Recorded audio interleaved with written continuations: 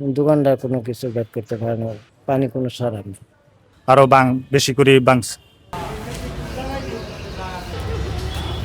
ওই অবস্থায় যখন মাগরিবের পরে এশারের আগে তখন এই বড় ধরনের ঘটনাটা ঘটছে।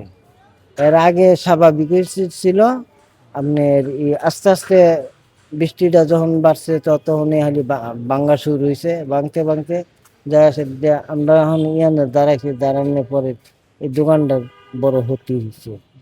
দোকানদার কোনো কিছু ব্যাক করতে পারে না, প্রায় এটা মুদির দোকান ছিল, দেড় দেড় 2 লাখ পেয়ার সিগারেট ছিল, আর অন্য অন্য মাল তো ছিল।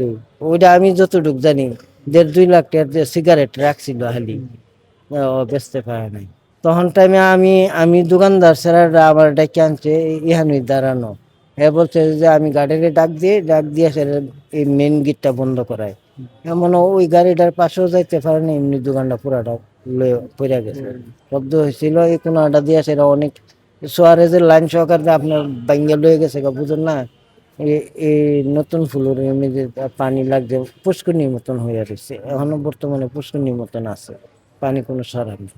এটা হওয়ার কারণটা এটা হওয়ার কারণ রইল মেন সাইডটা যখন ডাল ইয়ানি একটু সমস্যা আছে, সমস্যাটা যদি এরা আগে সলভ করতো তাহলে আমার মনে হয় যে এই ঘটনাটা ঘটতো না। প্রশাসনের লোকে আমার চাপ দিয়েছে এটা কারেন্টটা কিন্তু বন্ধ করাইলে, তাই তো এত বড় একটা গরমে মেরেছে মানুষ, তা সম্ভব কি?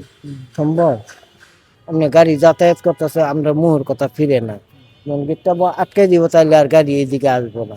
আমরা প্ল্যান রইল এটা ওই দিকেও ছাড়তে পারে না, এই মুহূর্তে পুরাটা দোকান ফিরে গেল। কোনো কিছু কি উঠাইতে পারে? না না না না, একটা সুতো ওভার করতে পারে না। দোকানের পাশে ওই সামনে গর্ত আসছিল, নিচে দিয়ে মাটি সরিয়ে গেছে, মাটি সরিয়ে এবার ভাঙতে ভাঙতে ওরে আস্তে আস্তে ভাঙতে ভাঙতে সরিয়ে গেছে। দোকানদার ভাঙা দেয় সরিয়ে গেছে, মাল সামানা রাখে গেছে, দোকান সহ নিচে দাবিয়ে গেছে। দোকানদার বুঝতে পারতেছি দোকানের মাল সামানা সব পিরিশ টিরিশ সব সব দাবিয়ে গেছে। কি কি গেছে চলে গেছে পানি, পেপসি, পানি বোতল আর সিগারেট, ফ্রিজ, এগুলো আর 7টা থেকে বৃষ্টির পরে বৃষ্টি হয়েছিল, বৃষ্টির পরে আরো পানি গেছিল, আরো বেশি করে বাংছে। লোকজন আতঙ্কে প্রথমে ভয় হয়ে গেছে, পরে ফায়ার সার্ভিস, পুলিশ আর সাংবাদিক আসি এটা ইয়ে করে নিল, তদন্ত করে গেল।